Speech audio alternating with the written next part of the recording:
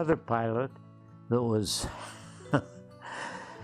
he was being rehabilitated because he had been in a couple of fights, you know, and he'd lost his nerve and whatnot, and he was drinking. He'd get drunk every night. And I took a trip with him, was looking these different places, and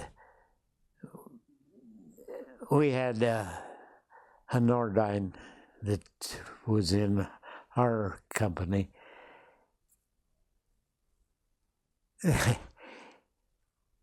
He'd take off and get up in the air, and he'd turn the controls over to me, and he'd go in the back in the fuselage, and there's a bench back there, and he'd lay down, and he'd have a hangover, and I fly the plane, and most of it was air contact. But if we also had airways that were controlled, and whether so you could tell whether you was getting out of the airway this way, or you was right straight down.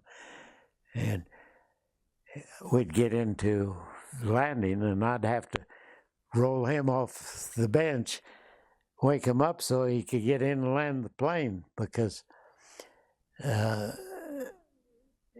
I wasn't allowed, you know, I didn't have a license for that plane. We come into San Francisco, and he said, have you